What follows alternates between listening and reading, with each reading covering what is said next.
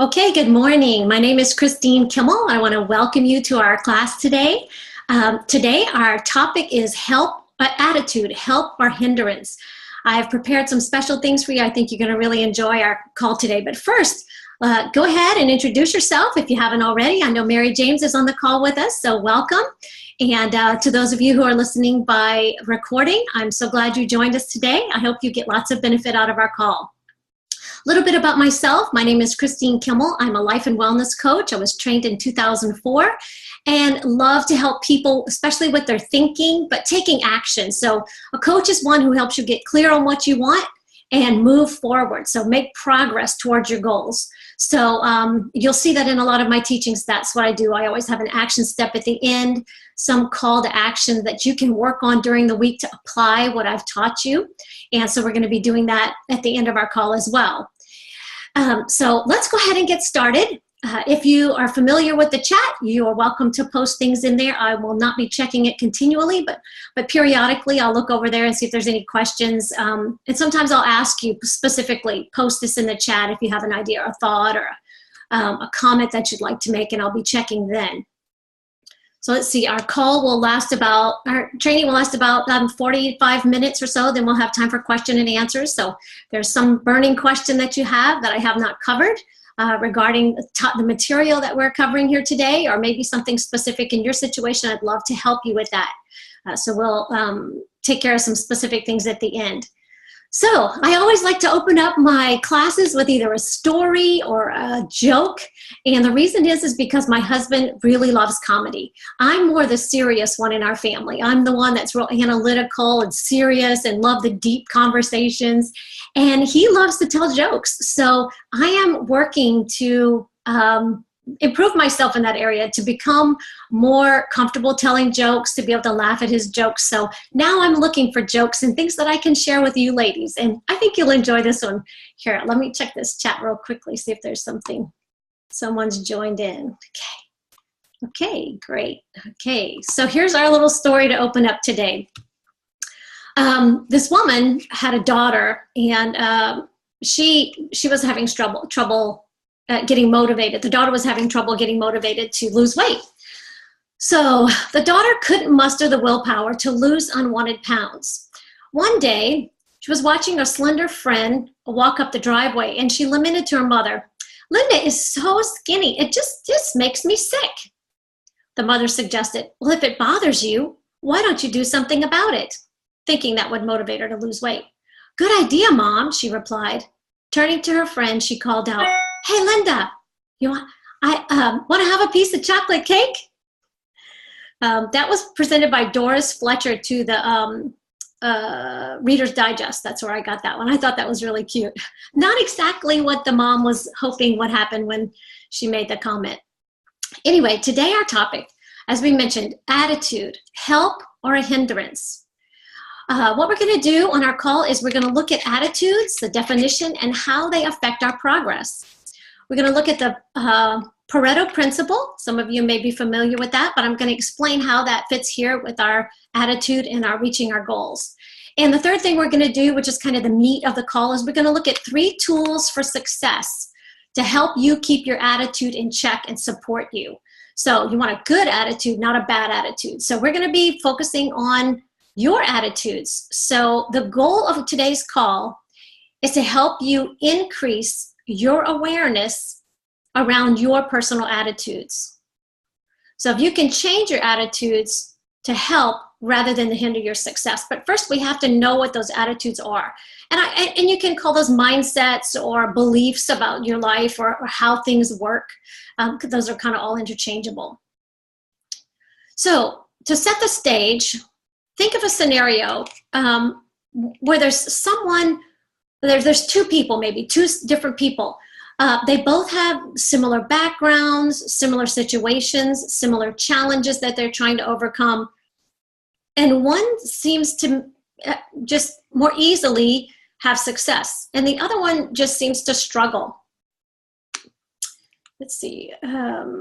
But they both have, similar opportunities to change. So let's bring that into our health and wellness situation here. So why are some people successful in reaching their health and wellness and weight loss goals, And others, it just seems impossible to attain. And they see people maybe that start out with, wanting to reach their goals at the same time, and other people pass them up. Maybe that's your situation. You know other people that have said, yeah, I'm going to lose weight. And you say, yeah, me too. And then they actually do it, and you still are, close to where you started. So what is that makes the difference? If they both had similar circumstances, similar opportunities, maybe they both belong to the same gym, they both had the same amount of money to spend, both had the same needs in their health. Well, the Paretto Principle is a really interesting principle. And if you want to read more about this, I'm not going to go into great detail about it, but I'm going to give you the overview. And if you'd like to learn more about it and understand exactly how it works, you're welcome to Google that.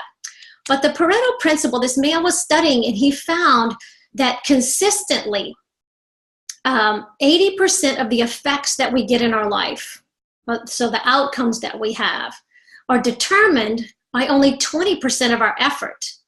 So if we're putting out 20% effort on doing certain things and we're getting back 80% of our results, then that means that 80% of the stuff we're doing is not getting us very good results. So the goal is to increase that 20% of what we're doing that's giving us the 80% results, and we'll get better results. Okay, so let me check my notes and make sure if there's anything I missed on that. If your attitude makes up 20% of your effort, it affects 80% of your results.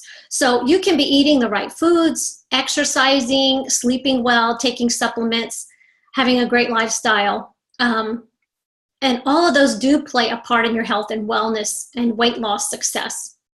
But if we can find the 20% that's going to give us the 80% return on our investment, we can make a huge difference.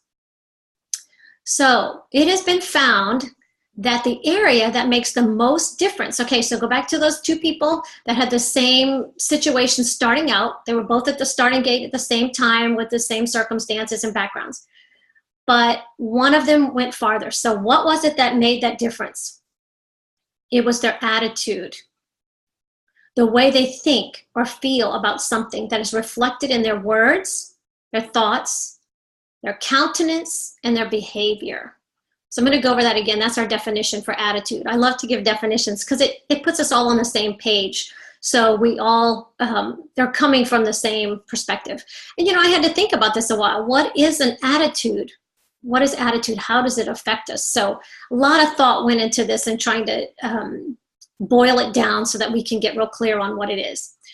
Okay, so again, our attitude is a way of thinking or feeling about something. A way of thinking or feeling about something that is reflected. So we think about it and we feel something, and it's reflected in our words, in our thoughts, in our countenance or our presence, in our behavior. So your countenance and your presence is what people feel when they're around you. Do they feel that you're positive? Do they feel that you're negative? Do they feel that you're aggravated? Do they feel that you're annoyed or angry or frustrated or excited? Those are the things we can feel from people's presence. Very powerful. And that's how people can discern what things are going on. Now, we can't judge the heart. The Bible tells us we're not able to judge the heart. Only the Lord is able to do that. But we can judge the outer appearance. We can tell from how somebody's acting or what they're saying or their tone of voice that something's going on. We can't always tell why, but we can ask and find out. So that's attitude again. I'm going to give the definition one more time. A way of thinking or feeling about something that is reflected in our words, thoughts, countenance, or presence and behavior. So synonyms of attitude would be your viewpoint, your outlook, your perspective, your approach, or your mindset. Okay, so mindset is my favorite. It's mindset. That's the one I use a lot because I've done a lot of work with people on changing their mindsets because it's so powerful. So powerful. Okay, so last week, let's back up a little bit. Last week we talked about motivation. Now, motivation is what gets us started. It's the reason or the incentive that propels us forward. Okay? A motivation can be positive or negative. It can be internal or external. I'm going to repeat that. A motivation can be positive or negative. Like positive, like I want to get into my, new clothes, or negative, if you don't stop smoking, you're going to die in 6 months. Internal is it comes from inside, and external is it comes from someone else. Okay, so motivation is the number one thing you need to get started. And to stay motivated, we talked about the power of your what and your why. So that was your homework for last week. What is it that you really want, and why do you want it? Again, if you haven't gotten clear on that, you can go back and listen to the last week, or you can just sit down now and say, what is it I really want? What am I striving for here, and why do I want it? Because those are your motivators, okay? Also, we learned that pain is a greater motivator than pleasure. So if there's pain involved, you're going to be more motivated. So we can have a powerful motivation and be all excited and even have a high commitment level.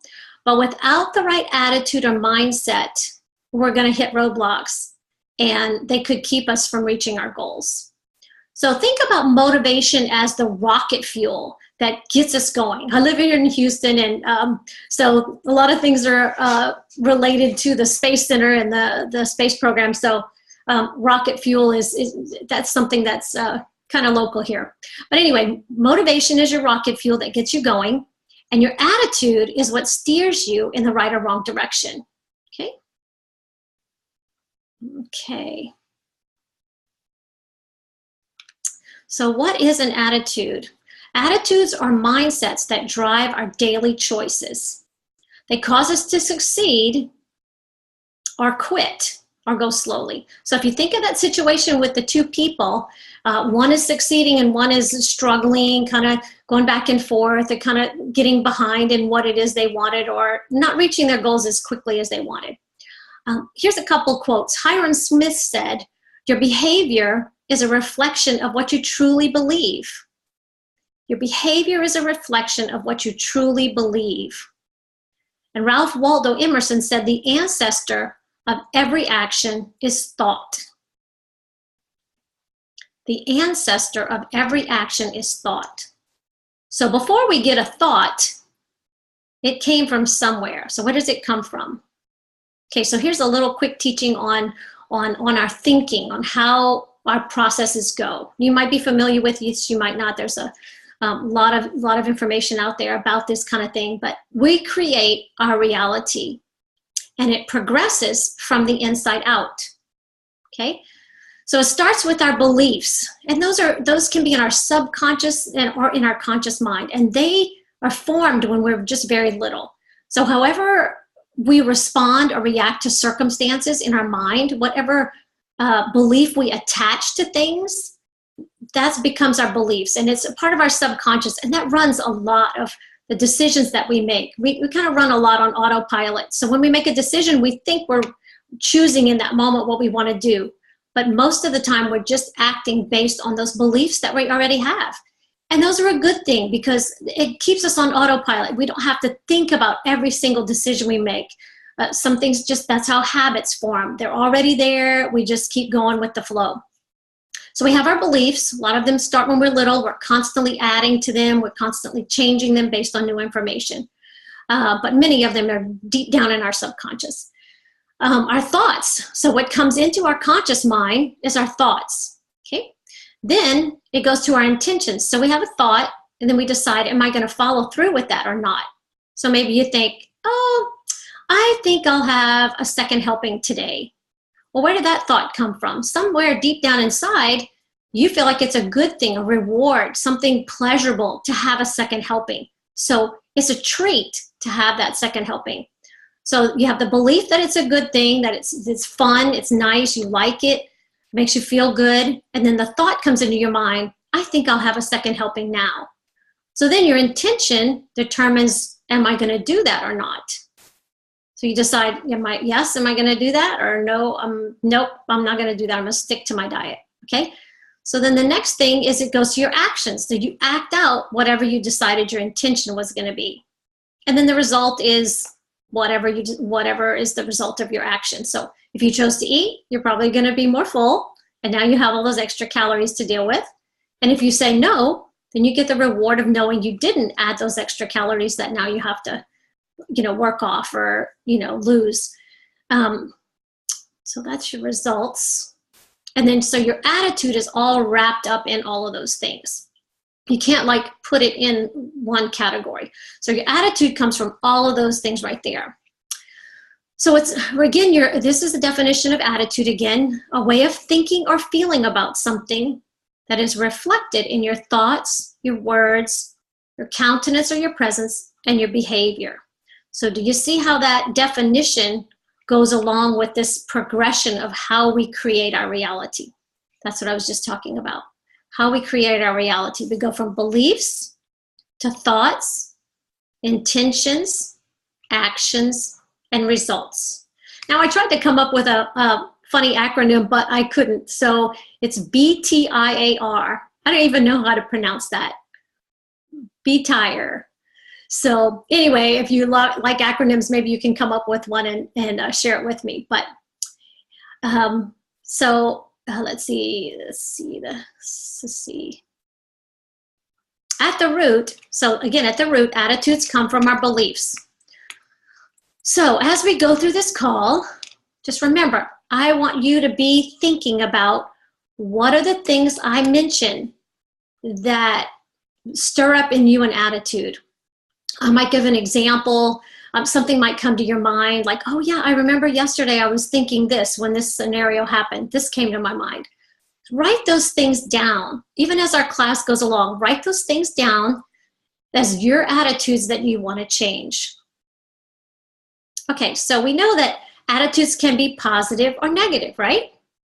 So let's take this one step further. Positive attitudes support our goals.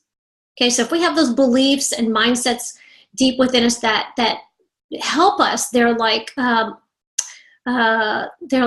boundaries, or they're beliefs that we have that support us. Let me see if I can think of one.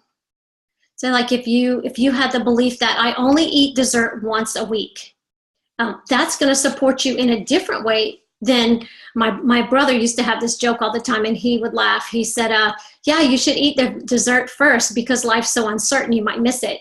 So my mom always joked about that. And so she ate a lot of dessert because she had this subconscious belief that dessert was really good and you didn't want to miss it. So she made sure she got some dessert in every meal. Well, that led to pre-diabetes. And so now her desserts look a little different than they used to. So she had to do some work on that subconscious belief that dessert was so good and beneficial, because she found out that it wasn't very beneficial. So that's kind of an example of how we can have a belief that doesn't support us and we have to change it to one that does support us.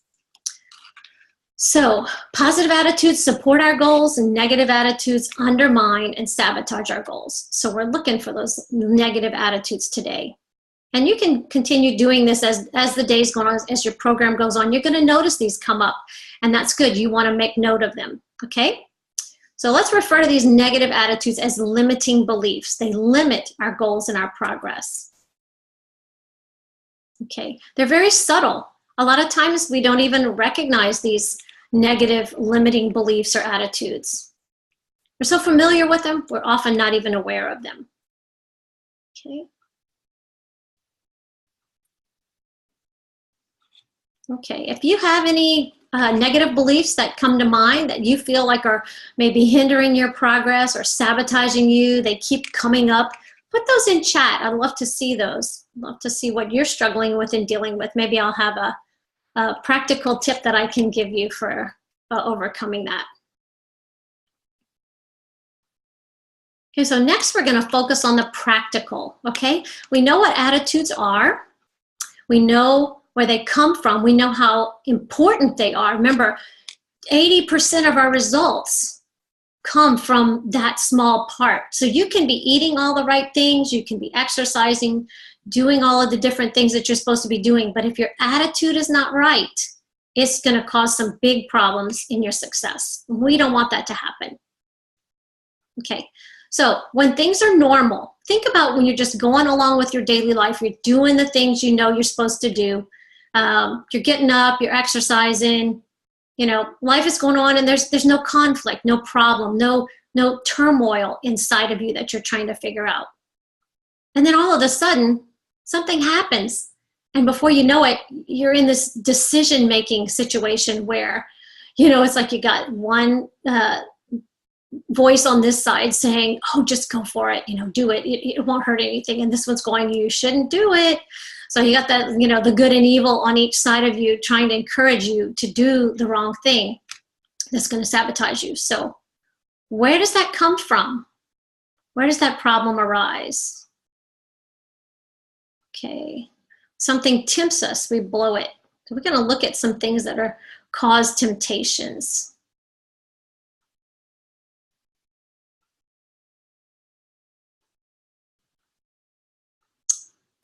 Okay. Sorry, I'm going through my notes here real quickly just to make sure when I ad lib, I lose my place sometimes. Okay, so one of the things I love as a coach is teaching my clients tools.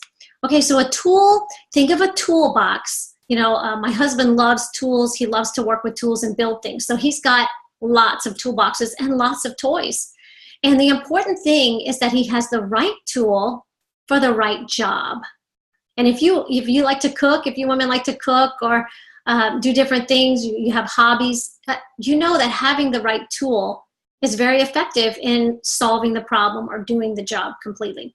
So here's 3 tools that I found that you can add to your toolbox. And when these negative thoughts come up, you will understand them more clearly and you'll be able to overcome them. So the first one is overcoming temptations.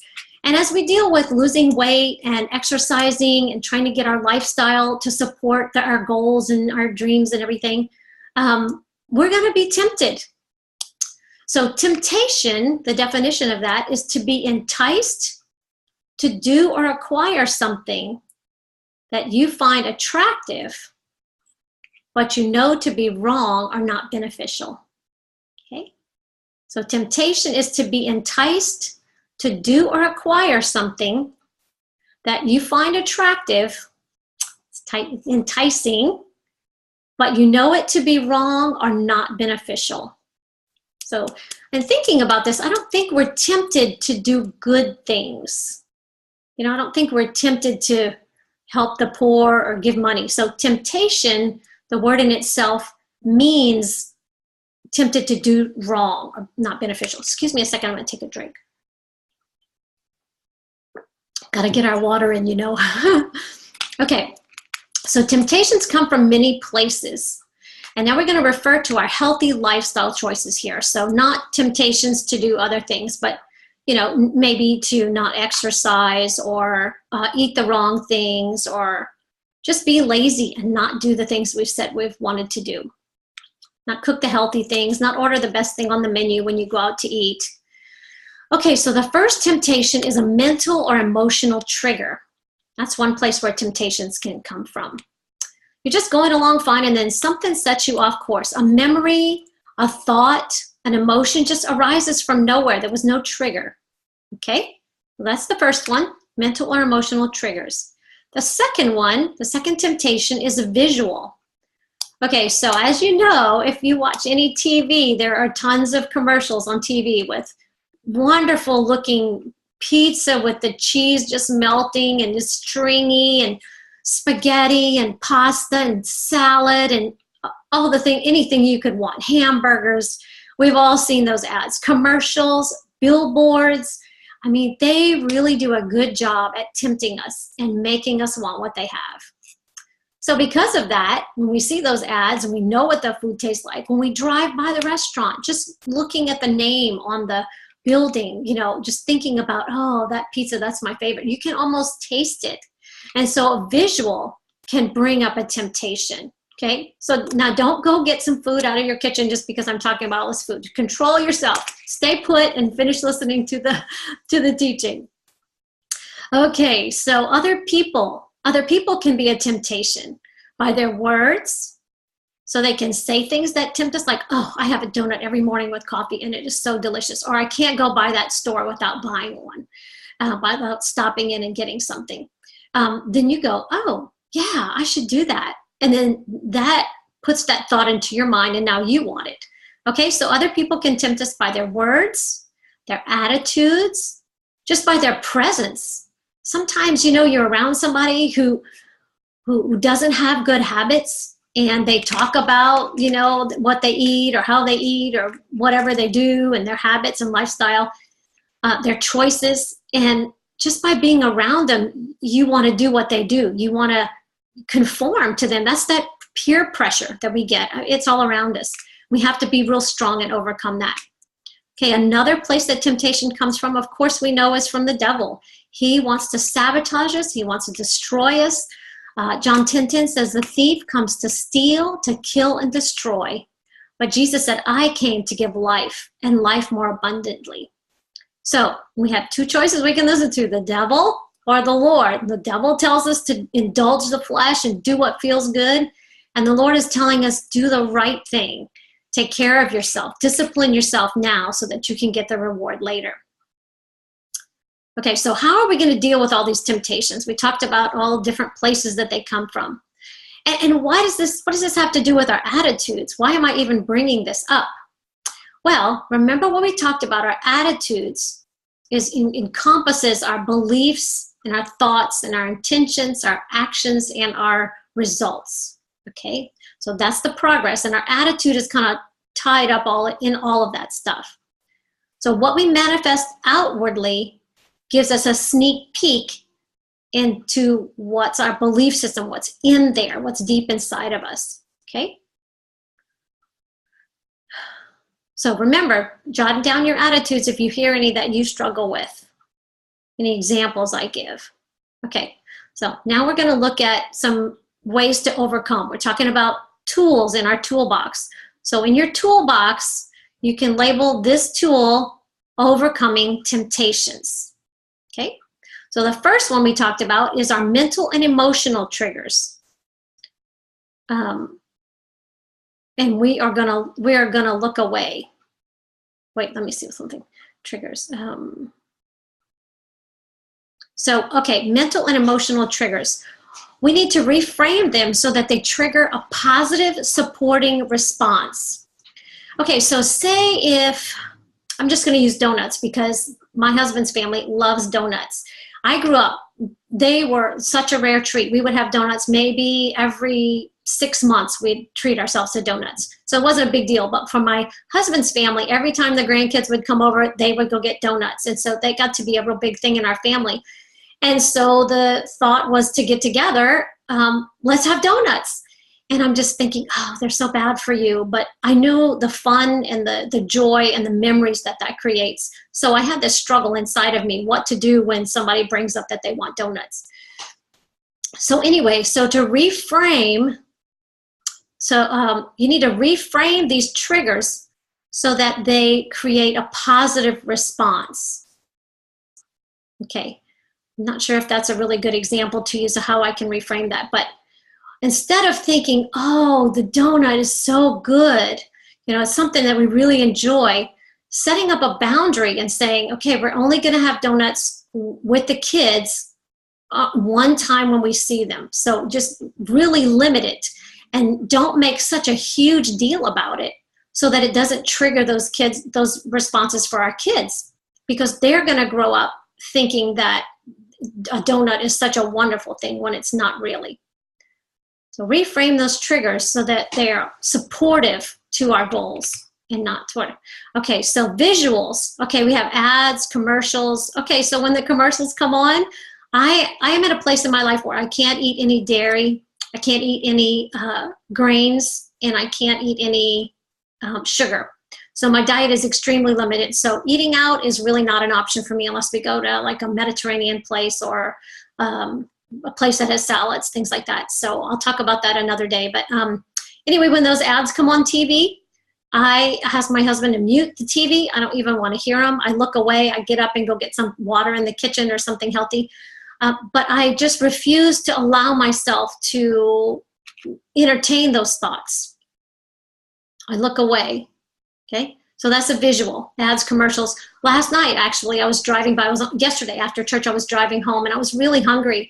And, I look around and I see all these places I can't eat. And then I saw one restaurant and I was like, oh, I could get something there. And the immediate temptation was to go there to get something. And I knew I had stuff at home. And I stopped in that moment and I looked at the temptation. I see this restaurant. I know they have things that I can order that would be healthy for me. And I had to decide right then, okay, I'm not going to go there. I'm going to go home. I'm going to stick with my plan and go home and eat. And I was able to overcome that temptation to just stop in and grab something really quickly. Okay, so keep driving. If you have somebody else with you, encourage them to help you to overcome that temptation. So if you say, oh, I really want a hamburger, encourage the people that are with you and that support you in your goals to say, yeah, but they're not all that great. We'll go home and get something else, or let's go for this instead. So have other people support you in your goals. That helps you with those temptations that come up from your mind and what you see. Okay, so don't ponder on others tempting or accusing derogatory remarks. So this is a solution to other people tempting you. Don't ponder on what's tempting them, and don't listen to their accusing, put down remarks. They might be jealous. Maybe they've seen you fail in the past. They don't believe you're going to keep your word. They can't, so they assume you can't either. So they can't reach their goals or discipline themselves, and they assume you can't. There's just negative Nellies around us. So we need to be mindful and not listen to them and not allow them to sabotage our success. Okay. The next one is those thoughts that come into your head. Thoughts. When you have those thoughts that come into your head, you just need to redirect and remember what is your what and your why. What is it you want again? Be clear on that. You should have it written down. You should have it posted on your mirror, on your phone, on your dashboard, on your refrigerator. Put it in places where you can see what it is you want. That's that visual. And remember why you want it. What is it you're going to get? Now, my situation, where I am right now, I was diagnosed a few months ago with some issues in my digestion, and I was put on a really restrictive diet. So when I think about eating something that I know I shouldn't eat, I just remember how bad I feel, how much my stomach hurts when I eat those things that I shouldn't eat. So that's a huge motivator for me. I remember, oh yeah, why am I doing this again? Because I want to get healed. I want to feel better. And every time I sabotage myself, every time I eat what I shouldn't eat, it causes me pain and it sets me back. I don't want to do that. So that's a huge motivator. Again, pain is a huge motivator. So remember your what and your why. That's going to help you get through. That's your motivator. It helps you make those right choices. Mary James, let me know if this is helpful to you too. I feel like I'm rambling a little bit, but it's good material. I hope it's helpful to you. Okay. And the last one is demons. Okay, so we know that Satan comes to attack us and to bring us down. He did it to Adam and Eve. Surely that's not the case. Surely this won't bother you. It won't hurt if you skip exercising today. Oh, you don't have to drink water every day. Why don't you just drink a soda now and again? Or, this other drink. Or, coffee's not really that bad. It does have antioxidants. Yes, it does, but it's also acidic. It's real acidic to your body, which acidic things cause our bodies to have an environment where disease can be more prevalent. So that's why you want to stay away from coffee. A little bit's okay, I guess, in different situations, but depends on your circumstances. Okay, so Ephesians 6:10-17, we're probably all familiar with that passage. That's where it talks about the armor of God. I'll read it briefly here. I'll just go through it. Finally, be strong in the Lord and in the power of his might. For we wrestle not against flesh and blood, but against principalities, against powers, against rulers of the darkness of this world, and against the spiritual forces of wickedness in high places. So that's where our battle's coming from. It's from spiritual forces that are trying to bring us down and cause us to make bad decisions and have us have poor health. And if we're unhealthy and we're unfit and we can't do the things we want to do, we can't fulfill God's plan for us. So that's the whole point of all of this is being fit and taking care of this temple so that we can do what we're called to do. We can take care of our families and our children. We can be good servants and stewards at our jobs, and we can live a long and healthy life. So here's another joke. My husband always laughs. He says, yeah, my wife says she wants me to eat right so I can be healthy till I die. And he thinks that's so funny. And I told him, I said, I don't think it's funny, because really, we don't have to die from being sick. We don't have to die from cancer or heart disease or all the things that so many people struggle with. We can die from something else. So if God wants to choose to take us home, it's not going to be because we sabotaged our own health and we caused ourselves to be sick. One thing I've found is that you can be sick for a long, long, long time. If it's not your time to go, you're just going to be sick. And if you're healthy, when God's ready for you, he can find another way to take you home than causing you to be sick. So that's just my philosophy. I'm going to be healthy as much as I can and work on keeping myself fit and not going to sabotage my own health. So, okay, back to our scripture. Therefore, take up the whole armor of God so that when the day of evil comes, you may be able to stand your ground. And having done all, stand. So here the day of evil could be when that temptation comes. Okay? Be prepared. Take up the whole armor of God. So what would that look like in this situation? I mean, we don't actually put on a helmet and get a shield. We guard our minds. We say, what am I going to do when I'm tempted? What am I going to do when a problem comes up? What am I going to do when I'm facing this situation? So that's how we get our armor on for this battle. Okay, we gird up our minds. We prepare ourselves. We're going to stand firm with the belt of truth buckled around our waist. A belt of truth. Okay, we want to remember truth. We're not going to remember lies. I'm no good. I'm stupid. I can't do this. I've tried before. I'm a failure. No. Don't think those things. We got to think on the truth. I am more than a conqueror. I can do this. I can accomplish it. God's going to give me the strength to do it. So that's where we buckle that truth around our waist. We put the breastplate of righteousness in place. Righteousness, we're doing the right thing.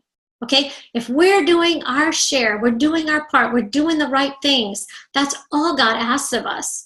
If we're doing the right things and other things come against us and there's things beyond our control, we're not held accountable and responsible for that. Okay, we have to deal with it, but we're not held responsible. We're not guilty. So we want to be righteous. We want to do our best. Okay? Then your feet shod with the preparation of the gospel of peace. Above all, taking the shield of faith with which you can extinguish all the fiery darts of the wicked one. Okay?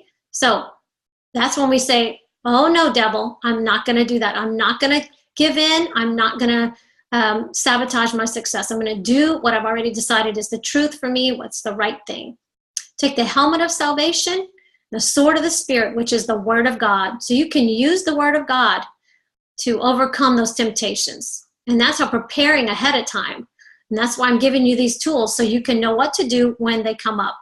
And if you're aware of them, then you'll recognize them. And that's a lot of the battle right there. Pray in the Spirit on all occasions with all kinds of prayers and petitions. Okay? We are more than conquerors, and greater is him who is in us than he that is in the world. 1 Corinthians 10:13 says, no temptation has overtaken you except what is common to man. So everybody struggles with all these same issues.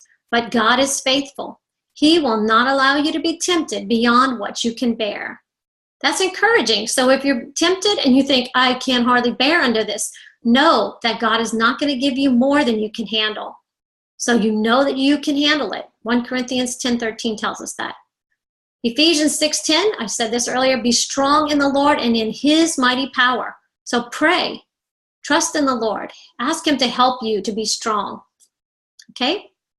If we believe that, we can bear those up under those temptations. Our job is to figure out how to overcome it. Set up guidelines and boundaries, build yourself up, and overcome those temptations. So that's number one. That's the longest one, the tool. I wanted to go through that because we do suffer with temptations. And as a Christian program, I felt that that was really important to lay that foundation there. Okay, our second tool that we're going to talk about today is pleasure versus pain or pain versus pleasure. So you choose. You're going to experience both, but in what order? So again, the title of this one is Pleasure versus Pain, or Pain versus Pleasure. So let me explain this. I think this is kind of fun. Okay, I can either choose the momentary pleasure and suffer with the pain that comes with that, or I can choose the momentary pain and enjoy the pleasure that comes with that. So scenario number one, okay, if I choose pleasure now, say I'm tempted to sometimes drink a cup of coffee. I'm not a big coffee drinker, but I do like a social cup now and again, but it's not on my diet. It's not good for my digestion, so I shouldn't eat it. Okay, so if I choose to drink a cup of coffee when I'm at a function or with friends or something, then I'm gonna suffer because now I've sabotaged my diet. My stomach's probably gonna hurt and it's gonna cause other problems, okay? So I can have that pleasure of that moment, just, 2 minutes, 5 minutes, drinking that cup of coffee. And then after that, I know that I let myself down. I didn't keep my word. I failed. I failed myself because I didn't do what I know is the right thing to do. So then I struggle with, I'm sad, I'm disappointed with myself, I kind of beat myself up. I've learned not to do that, but years ago I used to do that. I was like, how stupid, I can't believe I did that. So I struggle with all of that regret of having chosen pleasure. So now the pain is the regret. Okay, so that's the first choice. The second choice, which is the healthier, better choice that I encourage you to take, is choose pain now and have the pleasure later. Okay, let me see, make sure I said everything. Visualize and internalize it. Okay, so on that first one, pain versus pleasure versus pain, let's go through that. Just a little, one more thing I want to add to that. Visualize and internalize the emotion and how long you're going to struggle with the pain of choosing that pleasure. Maybe it's staying in bed 20 minutes longer. You didn't want to get up, and so you stay in bed a little longer. Now that throws your whole schedule off. You have to figure out where you're going to fit in the 20 minutes or 30 minutes of exercise. You kind of, it messes up your whole day. Maybe it's having a second helping. It may give you momentary pleasure, but focus on. So the way that you can overcome that, so when you're facing that decision, do I eat this? Do I stay in bed? Go for that second helping? Do I make this poor choice? Focus on the emotion and the pain of making that choice. Do not, I repeat, do not focus or even give any thought or attention to the pleasure that you want in the moment. I don't want you to think, oh, that cup of coffee would be so good. I would love it. Oh, if I could just have a little bit more. Oh, just to stay in bed would feel so nice. Do not draw up and entertain those feelings of pleasure, because that's the attitude that's going to get you in trouble. So you need to choose the attitude that says, I can do this. I'm choosing what's best for me. Okay? Well, focus on, when you're trying to make that decision and overcome it, you want to focus on the negative. What's going to happen if you make that choice for pleasure first? I hope this is clear for you. The second scenario is if you choose the pain now, it's very momentary. So if I say no to that cup of coffee, if I make myself get up when I'm supposed to get up, if I put my plate away before I take that second helping, how long is that pain gonna last? Just moments. I mean, after the decision is done, after I walk away, it's over. The pain is gone. But wow, the pleasure and the joy of saying, I made a good choice. I'm supporting myself. I did it right. Yay, woohoo, celebrate. Isn't that more exciting? So that's a tool you can use. So let's review that again, because I want you to get this. Okay, when you're tempted, when you have a decision to make, remember, you're going along, everything's fine, and then poof, you get this idea, oh, I think I'll do this. Okay, so in that decision, you got that thought comes into your head, and now you got to make a decision. Okay, remember, beliefs, thoughts, intentions, actions, results. When you're in that thought process, the next thing is intention. What am I going to do? Then you take action, then you get the results. So here we got pleasure versus pain. Don't choose the pleasure, the temporary pleasure first, because the pain is going to last longer. The second scenario, you choose the pain first, the discipline, the deny yourself, the saying no. That might hurt for a moment, but the pleasure you have from making that choice is going to be well worth it. Okay, you're going to feel so proud of yourself. Okay, number 3. I know I need to get going here. We got 10 minutes left. Okay, so the third one is get rid of the but. Okay, and I don't curse. I don't use bad language, so it's not what you might be thinking. It's the but I, whatever you want to say to finish that. We need to have a teachable attitude, and that's very important. And I'm so proud of you for being in this class, for signing up to say, you know what, I want accountability, I want help, I want to do something. You are motivated to take that step. And that is a wonderful thing, but let's keep going. You want to make progress. You want to make some changes. You want to do some things differently. So having a teachable attitude is very important. I encourage you, submit to whoever's teaching you, your trainers, your coaches, anybody in your life that is there to support you and help you. Don't play victim and take responsibility. And so what that looks like, it's all wrapped up in get rid of the but. So it's what comes out of your mouth when you hear wisdom or sound advice. Okay, you should eat less. You should not go for a second helping. You should cut back on your portions, and you say, I know, but it's so good. I tried, but I'm still hungry. I can't. Okay, so maybe you've heard to start exercising. Maybe you've read that, or your coach has said, okay, you need to start exercising. You say, I know, but I don't have time, but I don't know where to start, but it's difficult, but it's painful. All of those different things come into our minds, and we got to get rid of that but. So when somebody tells you to do something, drink more water, do your exercise, focus on your affirmations, get clear on your what and why. Don't start your sentence with but. Say, okay, I'm going to do that. Or, yes, that's a good thing. Let me see how I can work that in. And try to implement it. That's going to make you success. It's the little bit day by day that's going to get you forward.